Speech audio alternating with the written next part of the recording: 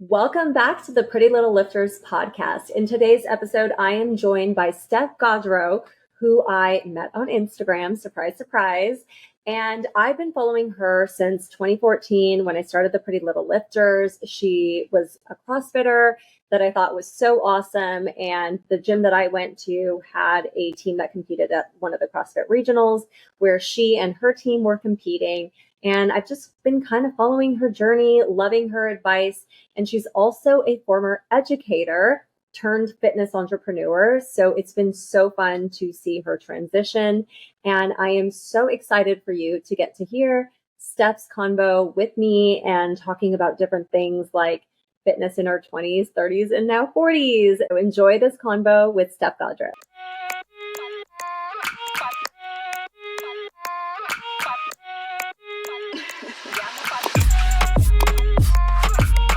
Welcome to the podcast, Steph.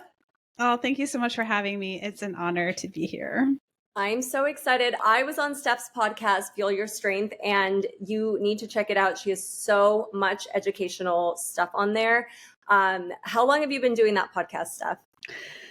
In some way, shape, or form since 2015.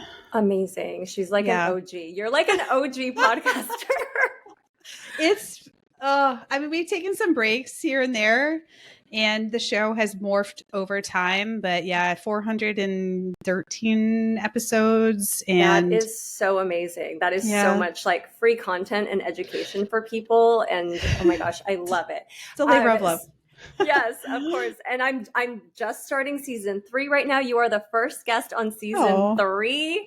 Yeah. So I'm excited to, like you are inspiring to me. I'm learning from you. And I'm just so excited for people to get to know you. So can you give people just like a little background about who you are, where you're from, your little fitness background story and everything else? Yeah. Oh my gosh. Okay. I'll try to keep it concise.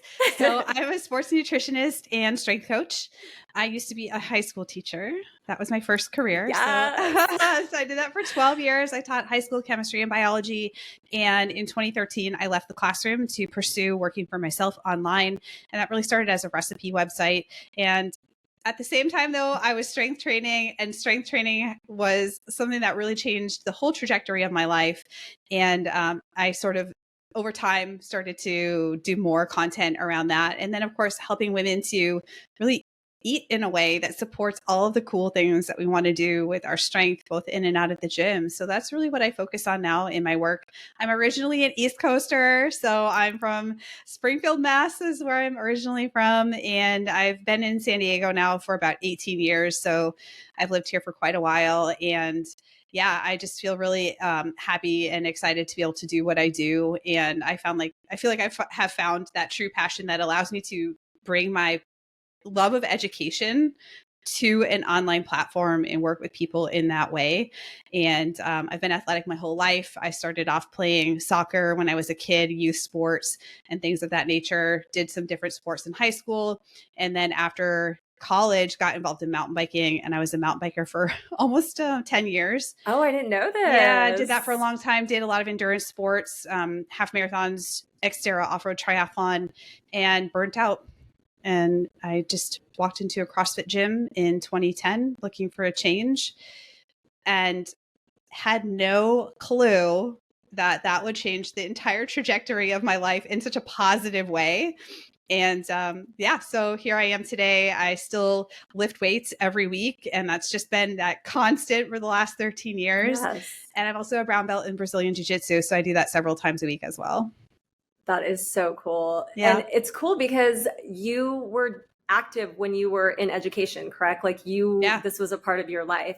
And that's one thing that I'm so passionate about is just like, as you being a former educator, like you understand all the pressure and busyness that teachers have in their life, and like taking care of themselves usually gets put on the back burner. So like I get so excited, and it's almost in a weird way, a little rare to find teachers who regularly exercise, prioritize themselves, are active because they just put and I get it, but they just pour so much into their teaching, and then they have to go home and have, their families or their lives. But I love that you kept that a priority and maintained it during that time. I think it's because it was always just part of my identity. It's been and predating teaching, being athletic and being involved in sports and some kind of physical culture. Like, I love to move my body. I feel so much better when I move my body. I'm able to prioritize other things in my life because that is very important to me. And so I think it was probably, had it been something I tried to establish, 5 years into teaching, it might have been a little bit harder because I didn't have those habits ahead of time. But one of my favorite stories is I used to teach high school kids, as I said, and I usually taught chemistry, was like the main subject that I taught for most of my classes. And I would have a lot of juniors in that class. So I'd have like the high school juniors, football players would come in. And at that point I was sort of competing in CrossFit, and they would say like, Miss G, how much can you squat? And they would show, I would say, well, show me your squat. And they'd kind of squat down like a quarter squat. And I'm like, I don't know, I think you can get lower than that. And so it was a nice way for me to actually kind of bond with some of my students who didn't, because for a lot of students, I talk to adults now and they're like, oh my gosh, you taught chemistry. That's so hard. Chemistry. Like, it's the worst. Occasionally I'll meet other science nerds that were like, oh my God, I love chemistry. It was so great. But most people, I'd say 90% of people, 95% of people, when I tell them what I used to teach, are like, oh gosh, that doesn't sound very fun. So it was a way for me to kind of connect with some of those kids who also like love sports or those other sorts of things and weren't quite as into they didn't find chemistry to be the most exciting class they'd ever taken. So it was a nice connection point to have with some of my students. Yeah, no, I love that. And obviously, like, I teach PE, so like that's the connection I have. And now I have a weightlifting elective that we started this year.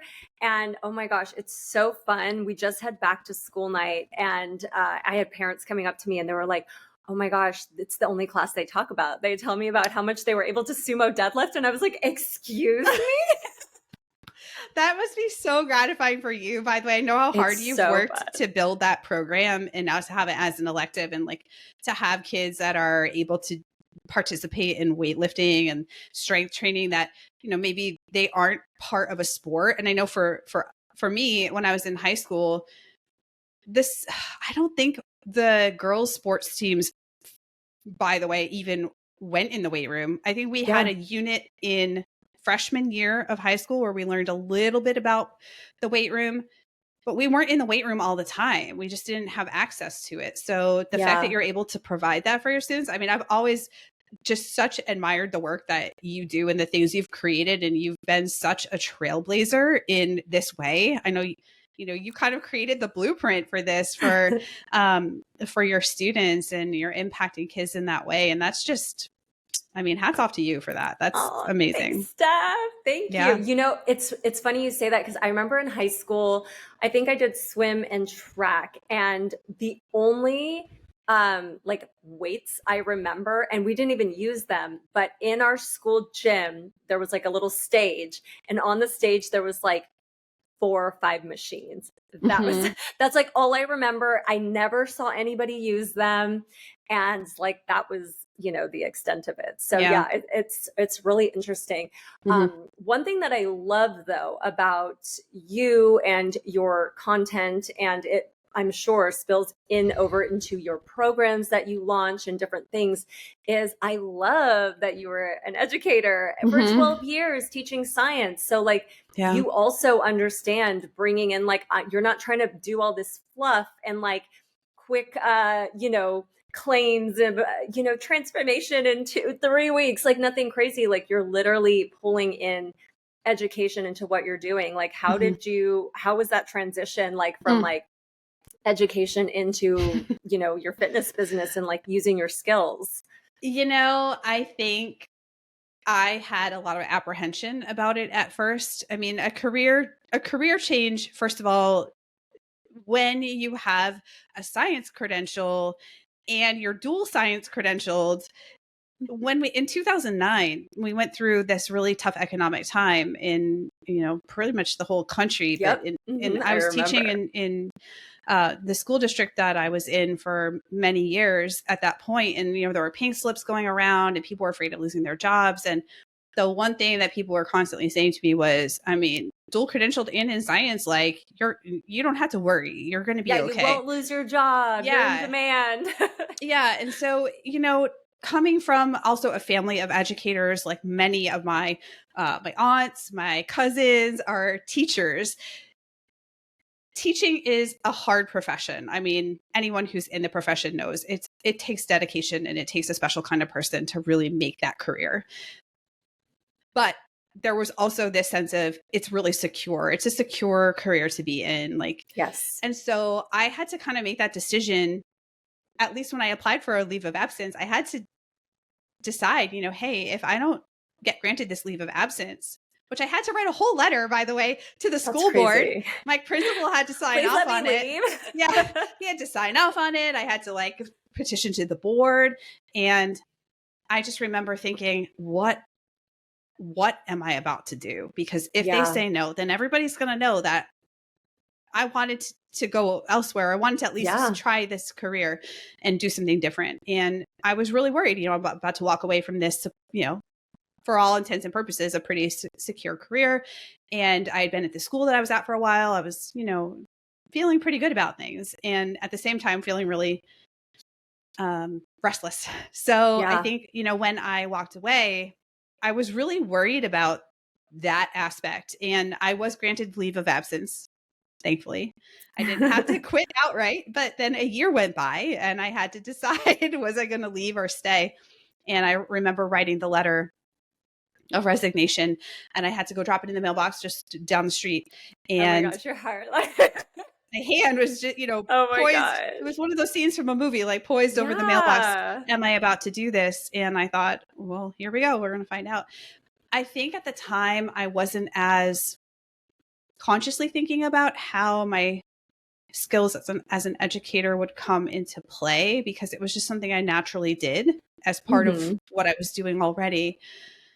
I was making YouTube videos in 2010, talking about teaching about things. You really were an OG. Oh my gosh, you embraced this stuff. I love that. Yeah, I love it. YouTube was a different thing back then. But I think for me, what had to happen was that transition happened. And then I sort of took a step back. And I'll also give a shout out to a friend of mine, Monica Monfrey. She is also a teacher who left the profession of teaching and she's kind of does business stuff at this point. But she came in and kind of helped me with a course audit for this course that I still teach, which is my online nutrition program. And we sat down and really thought about, together, hey, how are you checking for understanding here? And I was like, oh, she's speaking my language. Of course, I know all these skills. So how am I bringing in multiple modalities? How am I trying to reach my students? How am I checking for understanding? How am I allowing differentiation? And it was kind of that idea of hey, I can use my teaching skills here to my advantage. It's something I already know how to do. And I can bring that in and make my program even better, make what I do even better. And so that I think was really comforting because there is maybe for some people a little bit of hey, you went to college and you studied this thing and now you don't use it. And I use what I learned in education every single day. No, I love hearing that because it is scary to do other things. I'm still obviously full-time teaching, but even with PLL on the side, people have asked oh, would you ever leave teaching and try to do something with that full-time? And I'm it's a really scary thought because of the security and everything. And I do love what I do. So there would still need to be some capacity where that's involved, but it is scary, but one thing that makes me feel good, which way I end up going in the future, is that I know I have a lot of transferable skills. And it's funny because you were saying, your friend Monica was how are you checking for understanding? It's sometimes when I am doing stuff, even for PLL, I forget, wait a minute, I'm a teacher. I do this stuff every day at work. Why am I thinking I can't do it here? Or you sometimes forget because you think it's a different world and you're no, it's so applicable, anywhere you go, which is really cool. Yeah, absolutely. Yeah. How we scaffold things, how we're bringing in multiple, types of learning, how we try to meet our students. And I think that's the benefit of having that experience. So Yeah. anyone can create an online course. Oh Can you yeah, create one totally. that's good is another Yeah. question. So Yeah, no, yeah. I love that.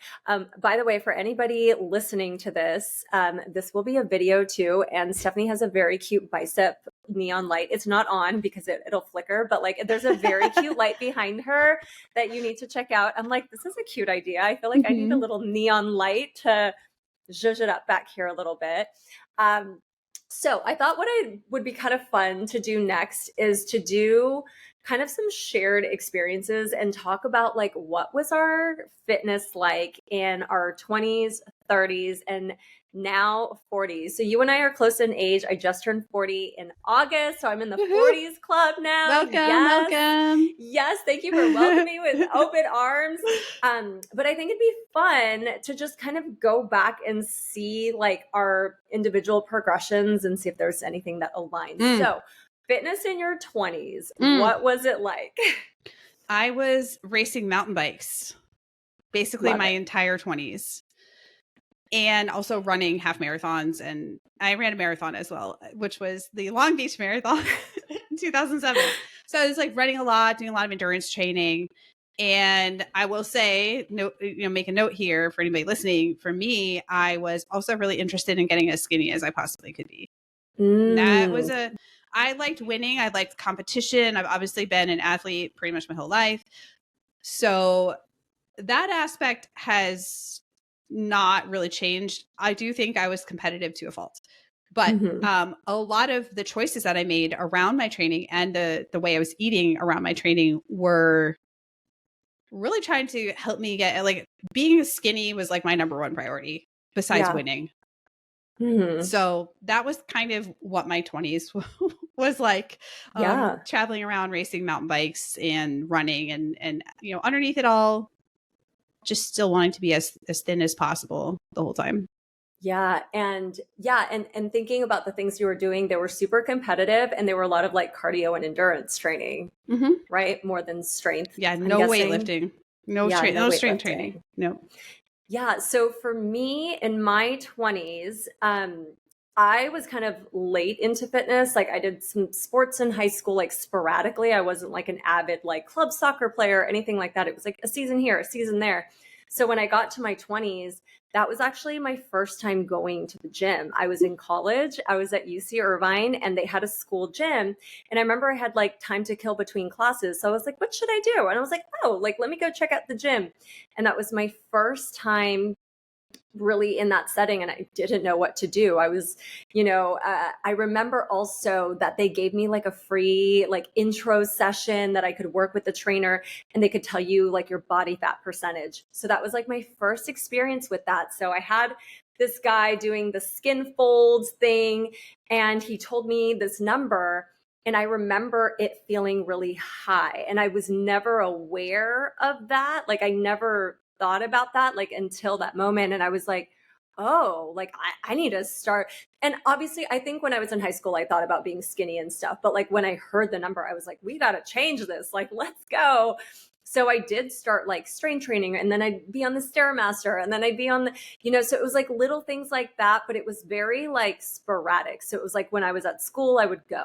I didn't belong to a gym yet. And then a couple years into my 20s, then I joined, I think like a 24-hour fitness. And that's when I started going to like classes, and I would like bop around from classes to classes, but definitely shied away from the weight section. And I did most of the weightlifting like in the class, and I liked it. That was also though in my mid 20s is when I discovered kettlebells. So that's when I got really into kettlebell training. And that was like a big part of my experience, because it was like the first time I was also competitive. Like they would do like little competitions and like crazy beach challenges where you would like run with this backpack with a kettlebell in it, and then you'd stop and do a bunch of swings. Like it was crazy. And this was back in like early 2000s. So that was kind of like my forte into it, and like getting into strength training. And it was like this weird mix of like wanting to aesthetically look good And then also getting a little competitive and like, ooh, like, wait, I want to be the strongest woman in this class right now. And kind of, do that. But it was, I think that's when I think it was, yeah, like my mid 20s is when I became like more consistent with it and like started like, okay, we'll try to do this. So I would take like the kettlebell classes like a couple times a week. So I would say mostly like my mid 20s is like when that kind of started. And then I found CrossFit. I think I was like 29 when I found CrossFit. So like it was that edge of like getting into the new decade. Okay, so let's talk about our 30s. What was your 30s like? I think you could sum up my 30s by saying functional fitness. Yes. But yeah, so when I was 31 is when I started doing CrossFit. And I will say, like, along the way, I had dabbled in kind of like a little machines here and there at the gym. I definitely recall I would go to Masters Swim at the Y to do my triathlon swimming, and they had a weight room. And I mean, I didn't know a darn thing about any of it, but I would go on the like adductor machine and I would, mess around with some of the other machines, but I had no idea what I was doing. And it certainly wasn't anything like the strength training that I do today. So when I really went to CrossFit for the first time, I mean, everybody knows CrossFit because they see kipping pull-ups and they see the CrossFit games. But for me, the biggest part about that was life-changing was learning how to lift a barbell, learning how to lift free weights, how to do a deadlift. I don't think I'd ever done a deadlift in my entire life prior to that. So learning how to back squat. Yeah. Not in the Smith machine. I mean, learning how to overhead press, learning how to clean and snatch and all these things. So for me, that was just, I went from this, yes, like racing all the time and trying to be as skinny as possible to, wow, I don't have to have that pressure. I can like show up and think about what's on the bar and like think about improving in that way. And it doesn't have to be anything about my size, because in endurance sports, it's still very common to run into this narrative. And it was definitely happening back then, which was, well, the lighter you are, the faster you'll be uphill, the faster you'll be when you're running. Like that was the predominant way that people were thinking.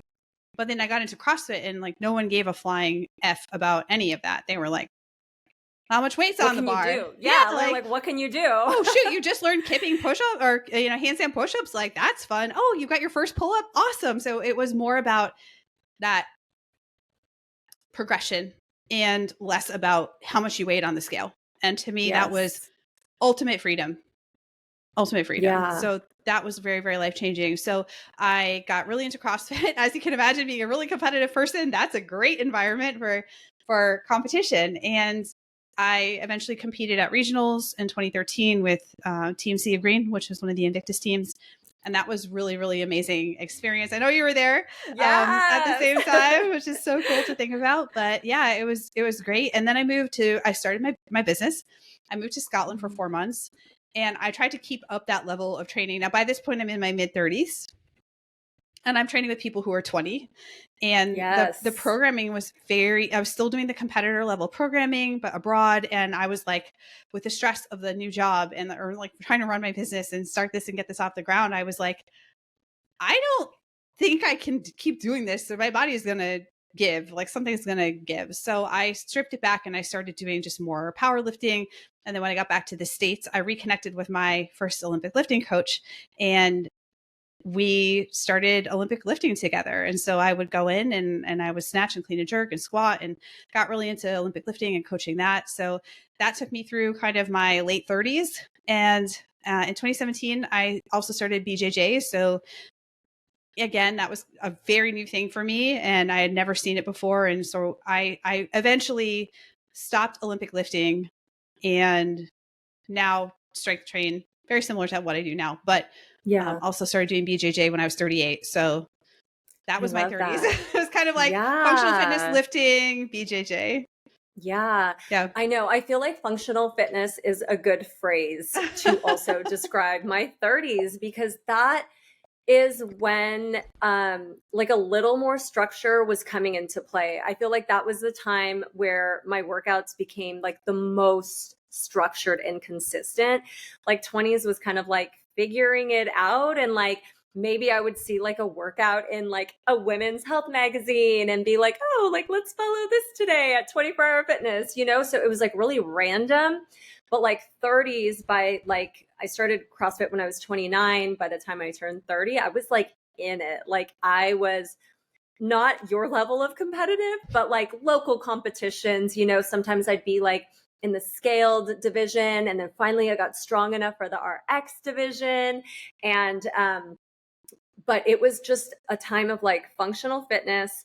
And my experience was similar to yours. Like getting a barbell in my hand was life changing. Like I would not be where I am today in terms of like what I'm doing. And with the Pretty Little Lifters would not exist, had I never gotten that barbell in my hand and fallen in love with it and seen the value of it, mentally, emotionally, physically, like all of it. It was just all wrapped up there. But like, I got super into CrossFit, and it was probably like a little much though, because I was so excited that I was definitely probably overtraining and going like 6 days a week. And then instead of like the 7th day being a rest day, I would go for a hike. Like there was just a lot happening, and I would be there for like 2 hours, 2.5 hours at the gym. Like I would go early. I would go straight from work. So I teach, go straight to the gym, and I do like my own strength piece and skill work. And then I'd hop into class,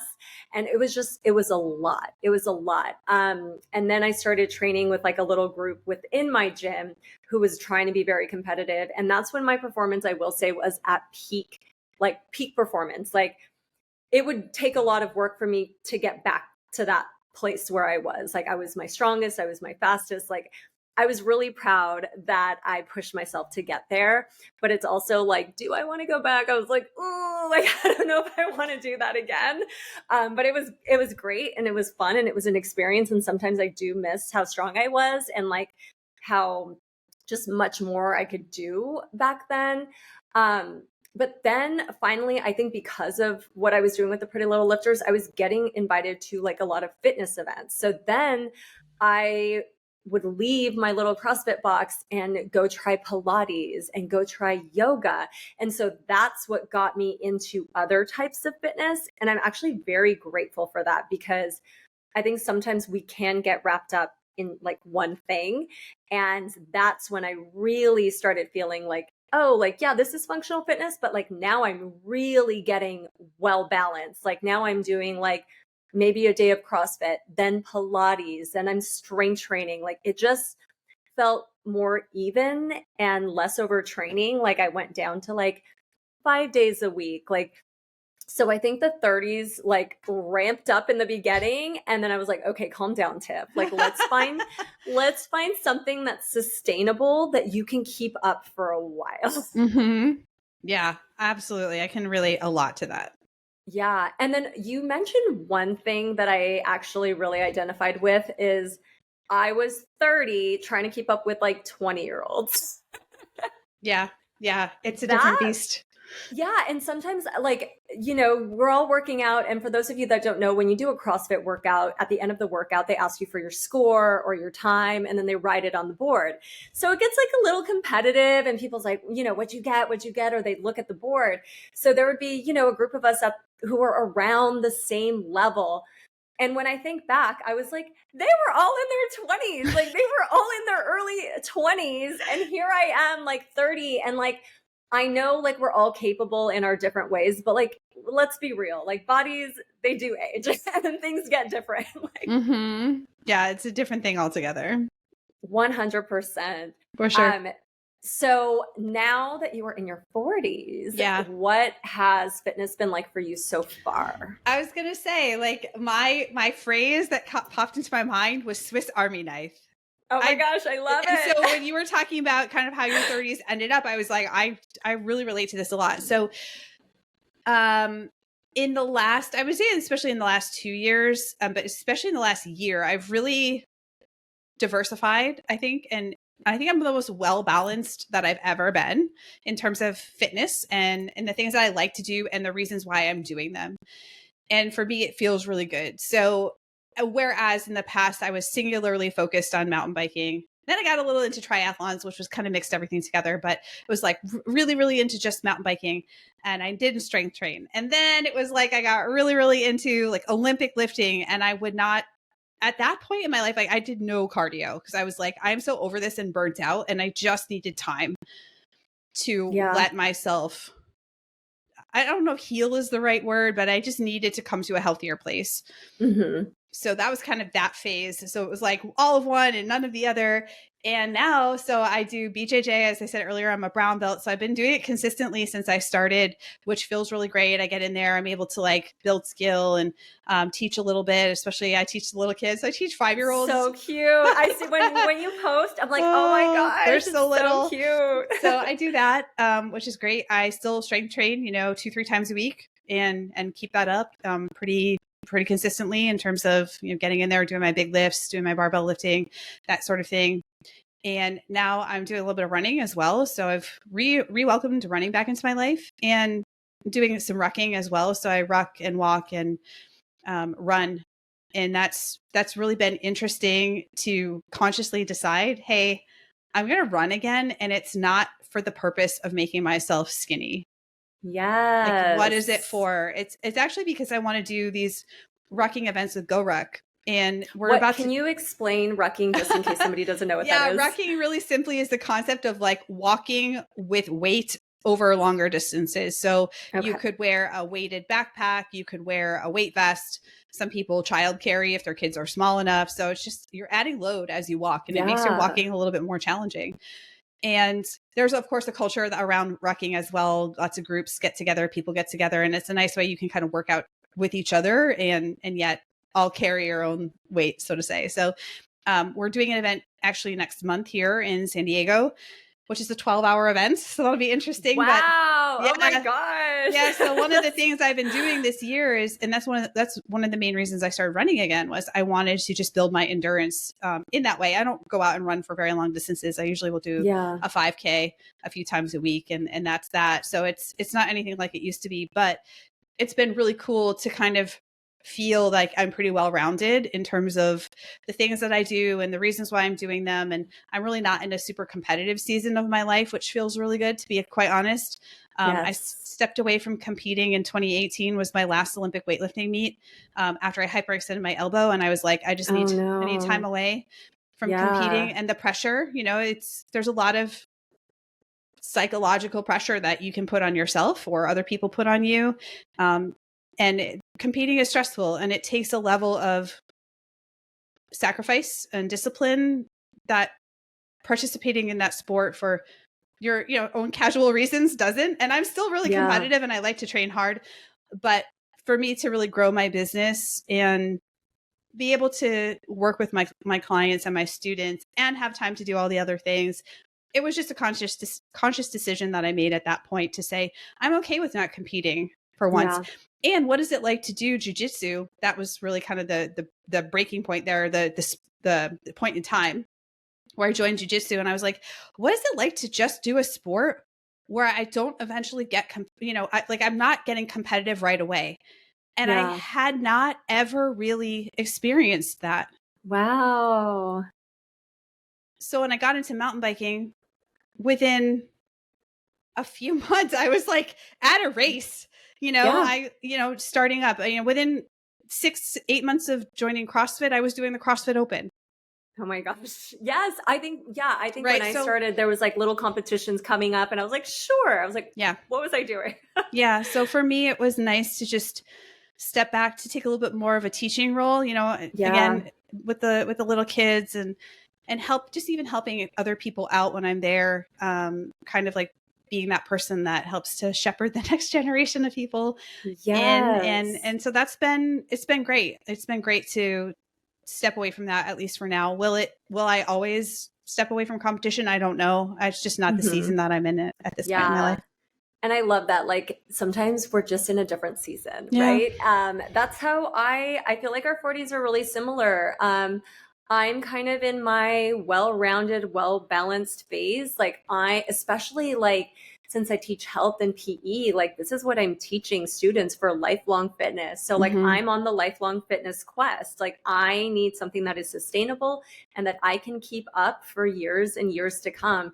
And right now I'm kind of in that routine where I'm like, okay, like this works. And it's like fitting in yoga and Pilates and an outdoor walk or hike and then lifting weights. And then occasionally I get the like urge to like run and I'll take like a Barry's boot camp class or like hop into a CrossFit class and just get sweaty. And so it's nice having that.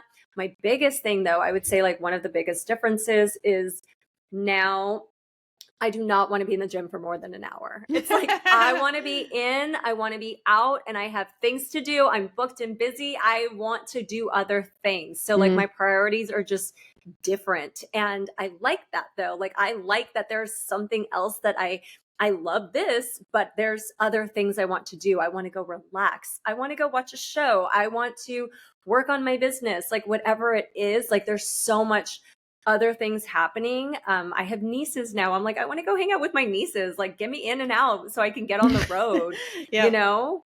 And there's just like a priority shift. And then also, you know, like you were saying, like, because the competition is kind of in a different season, it's like, I'm not doing any of that either right now. I do have more time to kind of just take in and like evaluate, like, am I getting my movement patterns in for the week? Like, am I diversifying like my movements? Am I doing this? Like, am I prioritizing one thing over the other? Am I only working on muscular strength and forgetting about my cardio? Like, and just like having everything be nice and balanced so that I feel good in terms of like real life stuff. Like if I'm in Hawaii, I want to be able to go on a hike and not feel like I'm going to pass out, you know, like just little things like that and keeping that balance up. So yeah, like maybe the activities change, but the priority is constant, like in terms of like the purpose, which is nice. Yeah, definitely.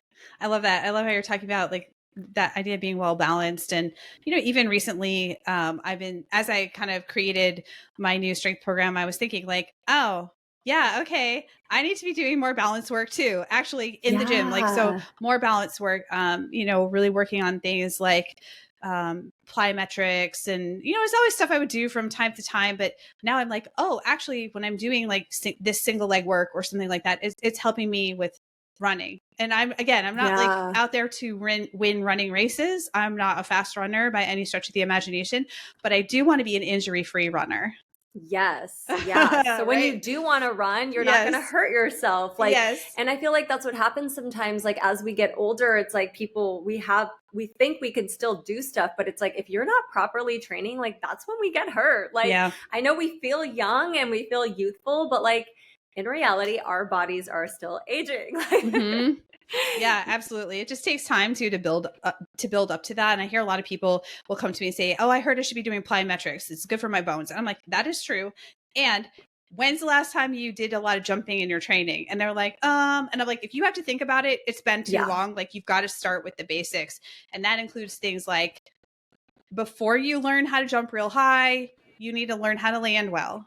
Yes. You know, totally. scaling that, like really looking for things like balance and stability.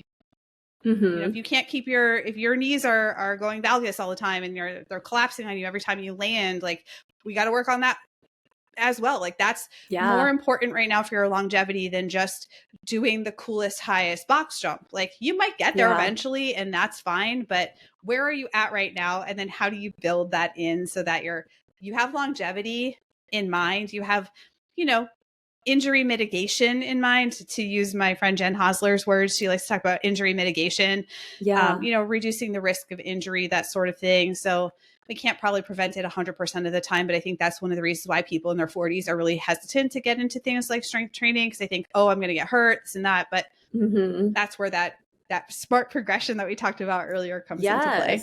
Totally. And it's interesting because it's like I work with like teenagers, and you mentioned like even like with adults, you're like, when's the last time you did plyometrics? And you think of teenager or like kids like pliable and like they're bouncing off the walls. And I'm like, no, we have a very sedentary lifestyle for some of these kids. So I don't even have them do that yet. Like we build up to it. It's like, let's get you a little strong before we get into some of the more advanced stuff, because that's when these injuries occur. So even me working with kids, like I still have to consider that too, because we assume, but it's like, well, look at like our society and lifestyle now. It's so different. We're just so into tech and more sedentary things right now that it's like anybody at any age now without proper like training and stuff can get hurt. So yeah, that's really interesting. Totally.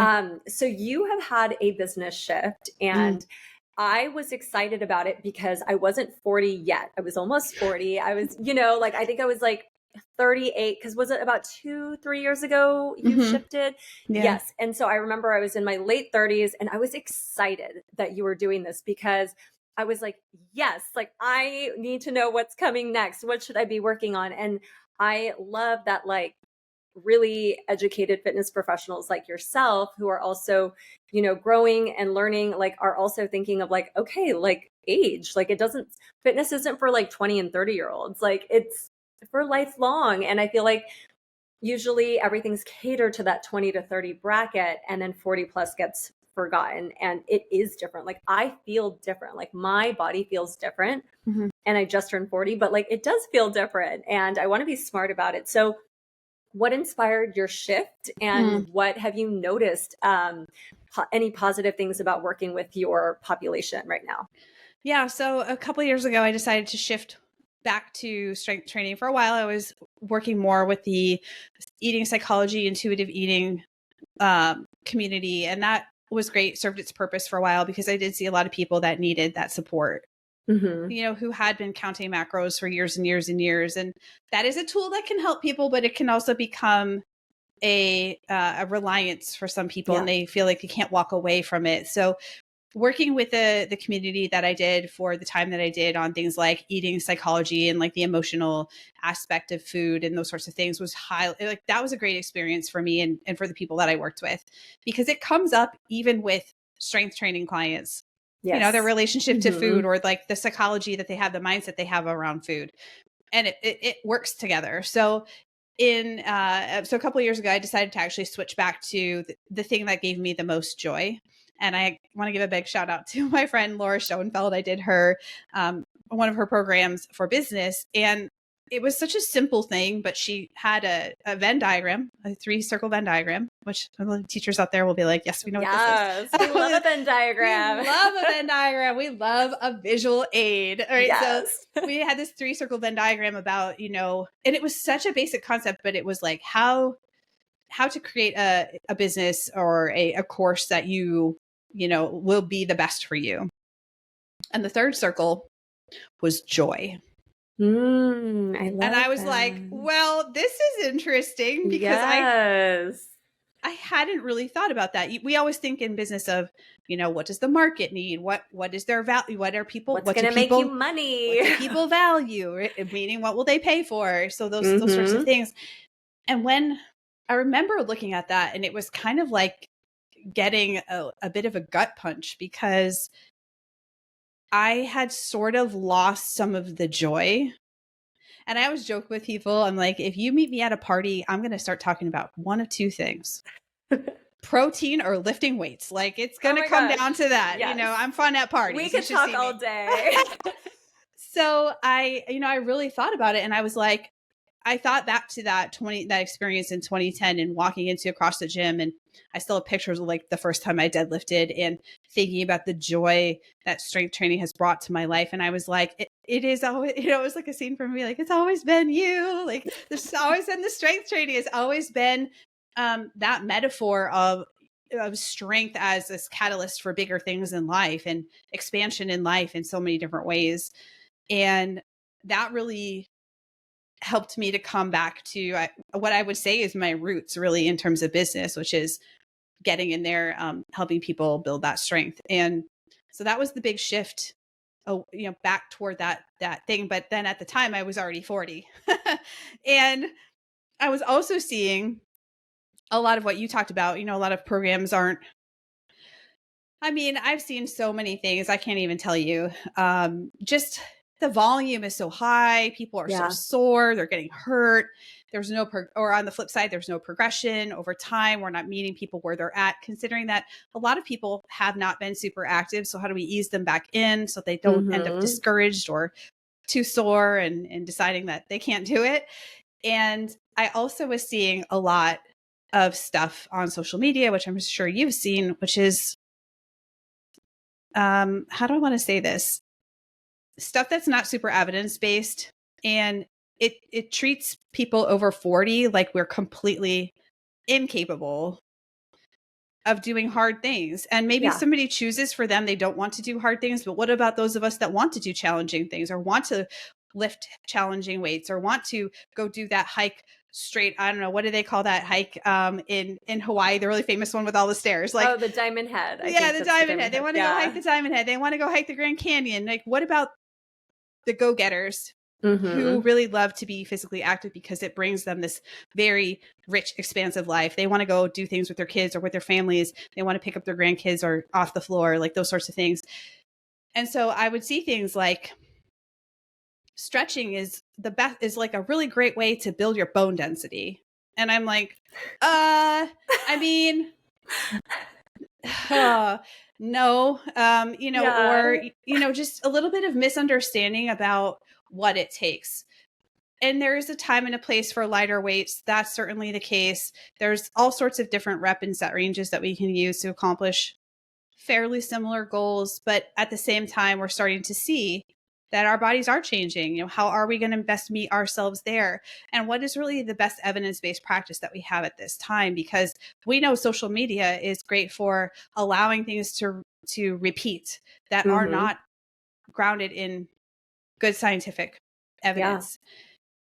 Yeah. And so ultimately, at the end of the day, people have autonomy to do what they feel is best for them. But I really wanted to shift.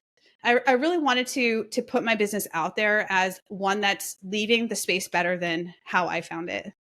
Yes. And to me, that also means doing my best to bring the kind of education that is grounded in what we know at this time, helping to dispel some of those myths.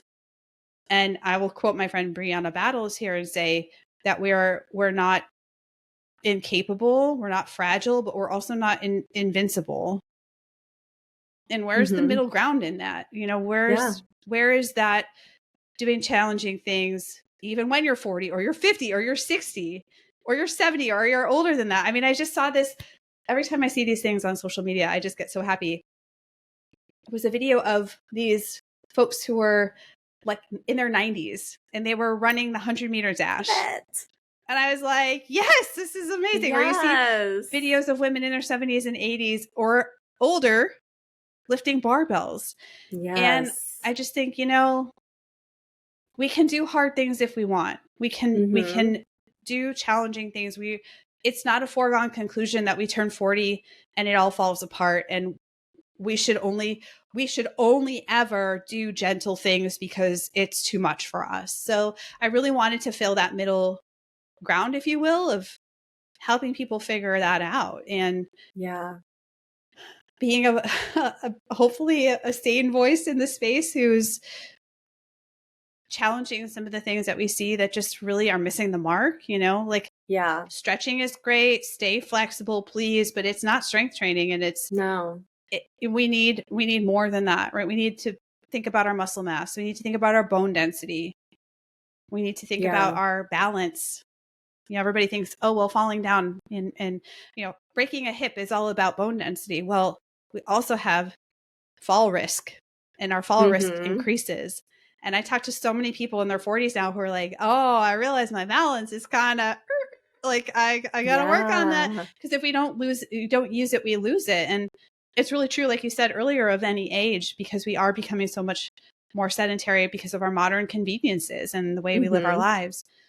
So that was the shift. And I continue to kind of learn as I'm also going through my 40s and hopefully be that person that people are like, okay, Steph has got some good resources out there. I'm also not a researcher. And I think that I have that skill because of my teaching background that allows me to kind of bridge the gap, because I did study science in college. That was my primary degree. in school. So I learned a lot of this stuff. I learned how to, what is the hierarchy of scientific evidence? Mm-hmm. So when I am talking about things to people, I'm like, hey, well, this is from a systematic review and meta-analysis that we're talking about, this conclusion, for example. Whereas this thing you're looking at here is from a, maybe it's a randomized controlled trial, but it had 10 people in it. Yeah. It doesn't mean it's invalid, but like, let's look at the strength of the evidence. Or this thing is and from, you're also like, and who paid for it? Like, yeah, this is from a case study. This is, or being able to translate more technical concepts into language that people can better access without dumbing things down. Yeah. And saying, well, you're not capable of understanding this. So we're going to water it down so far that the point is completely missed. Mm-hmm. And I think that is lacking in the space when we talk about women specifically and women's fitness, because as you know, you're in the space too. It's all about, oh, like this exercise is good for your bra fat, or this exercise will help you with your hip dips, right? So it's all about, fitness for women primarily online is like, how do we fix these body parts that you just don't like? No one markets that stuff to men in that way. And, it's interesting that you brought that up, because I have noticed, and this is why I'm so glad that you have had this business shift, because I noticed, like, prior to you and seeing other things out there, like fitness for women, like 40 plus, is like 3 to 5 pound dumbbells. Yeah. And it's just like, look at this chair workout. And I was like, whoa, like, it's like it drops off after 30. So I think like, because this is the only thing women in that age bracket are seeing, that's when they see me doing things, it's like, oh my God, like that's so dangerous, and it's like, no, it's fine and it's safe and I'm healthy. Like, so I think the more we have women 40 plus doing those things and breaking down those old concepts that we used to have that we couldn't do that stuff, it's going to just benefit everyone all around, Mm-hmm. So yeah, I think it's really interesting. And I'm so glad that you are doing that, because we can't all be learning from like 20 and 30-year-old fitness Instagram influencers, like we can't. Yeah. We can't, because they just, as much as like I think about myself, I only knew what I knew. Mm-hmm. Life experience counts, and trial and error and aging and just going through it. And I think especially when you're a fitness person like we are, who care about this stuff, and we are educating ourselves constantly. Like I know you are constantly educating yourself and doing different courses. And so am I. Because we're both like actively teaching this stuff, and we want to be experts, in our fields and continue to grow. Like that's the thing that sets people apart too. So for our listeners out there too, just being mindful of like your sources and where you're getting things from, and like who's saying this, like, is all this advice. And I'm not saying that 20 and 30-year-olds don't know things. Like maybe they do know more than the average person, but at some point it's like, well, where, if you're getting all of your advice for like a 20-year-old fitfluencer who is probably naturally thin to begin with and just added a little muscle, and you like the way they look, it may not work for you what they're doing. You're at a different time in your life, Yeah. And it's honestly in a lot of the way that fitness is, it's the promises that are made. It's the, hey, if you do this workout, if you do my workout, you'll look like me. Yes. You'll get arms that look, and I get this a lot. People are like, well, what do I do? I like your arm. If I want arms that look like yours. And I'm like, here's the thing. And here's where I'm going to give you the, I'm not going to tell you if you work out exactly like I do, your arms are going to look exactly like this, because there are so many factors involved. Yep. And we just don't know. Like it could be down to a lot of different things. So I'll show you how to, hopefully improve your strength, right? Like we're going to get you lifting, hopefully heavier over time, those sorts of things. But to promise an exact aesthetic outcome, yeah, especially when a lot of that is down to other things, is, in my opinion, is unethical to say, yeah, you'll look exactly like me. You'll look exactly like this. And this is where I have perhaps an unpopular opinion, but I do not use before and after pictures in my marketing. Mm-hmm. Yeah. for that reason.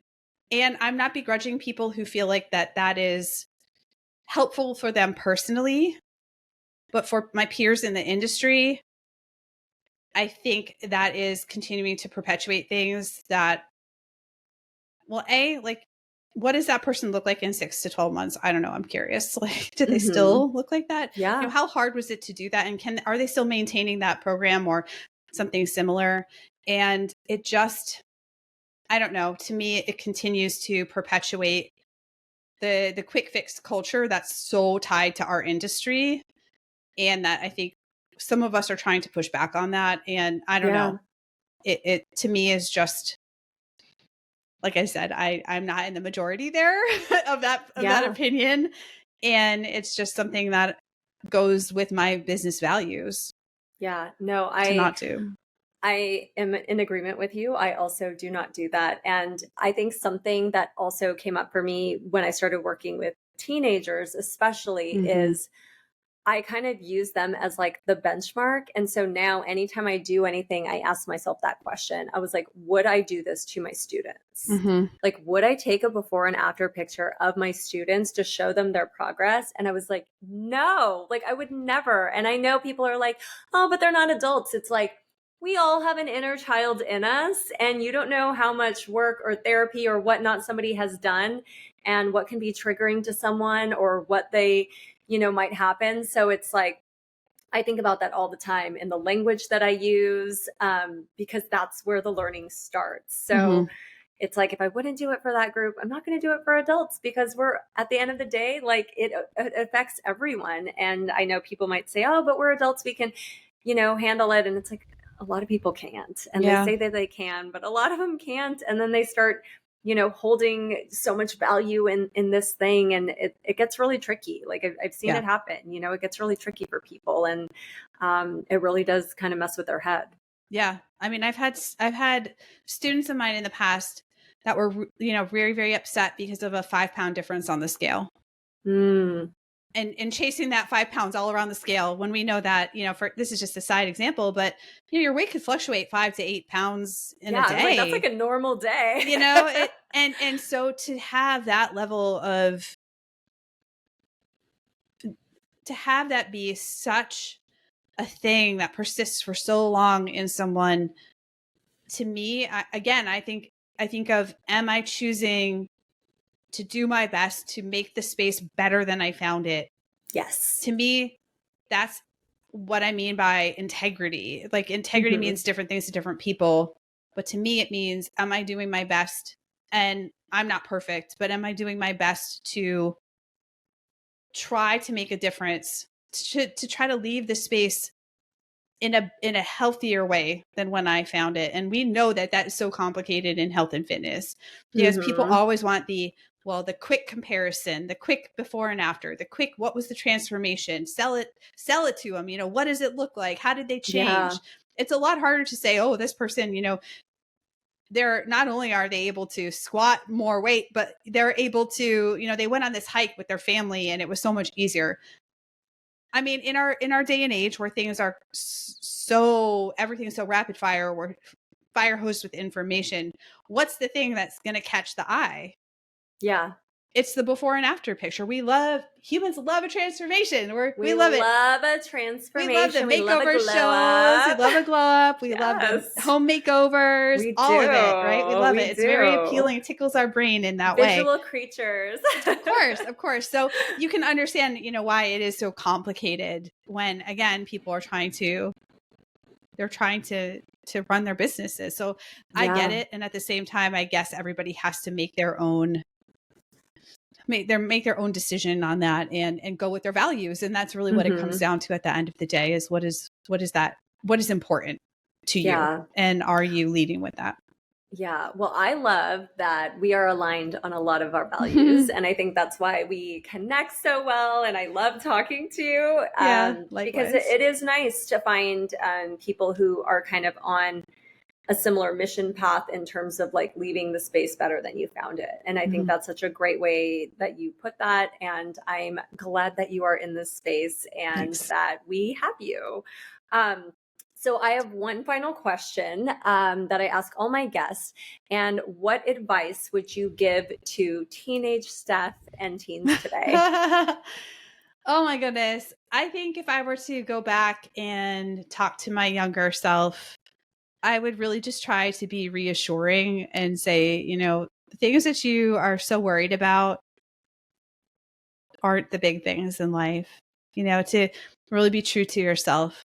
And that, yeah, when it comes to the culture, the challenges that, teens today face is so different from what I went through. Mm-hmm. But at the same time, it's at the end of the day, it's all about the quality of the person that you are, that people are going to remember, that it's going to leave the most impression. And that at the end of your time on this physical earth, the things that you're going to remember are the experiences that you had, the way you treated people. That's what's going to stay with you, is the quality of your character, not the size of your clothes, not how your weight on the scale, not your outer beauty. It's how you make people feel. Yeah. And how people feel around you. So to focus on that quality of character, making the world a better place in your own unique way. Yeah. I think that's what it's all about. Yeah. No, I love that, because I do think it's something that comes with like aging and wisdom too. Like you start to realize, you're like, oh my gosh, that thing that I was so worried about, or like all that pressure I put on like aesthetics or this or that. You're like, there are so many other more beautiful things about a human than just this like exterior. And I think it's really great advice. I would have loved that advice as a teenager. So thank you. Thank you. Thank you. Well, thank you so much, Steph, I know you are busy. You just launched a new program.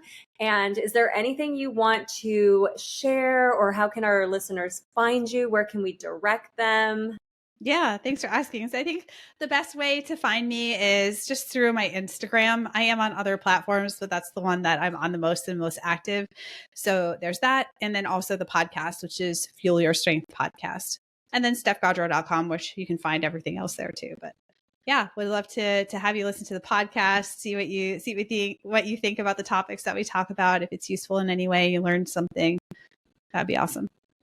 Yeah, and I will share all of those links in the show notes. And thanks to everyone for tuning into the Pretty Little Lifters podcast. I can't believe we're in season 3. This is very exciting. And thank you again, Steph, for being here. I am so grateful for you. I'm so glad to know you. I think you are so inspiring and so important in this industry. And I am so happy you made that switch, that risky switch, and made the leap, and you left education and now you're in this world. I think you were meant to do what you're doing. And I'm so excited to see like what else is in store for you in the future. Thank you so much for having me. All right. And we will talk to you next episode. Bye.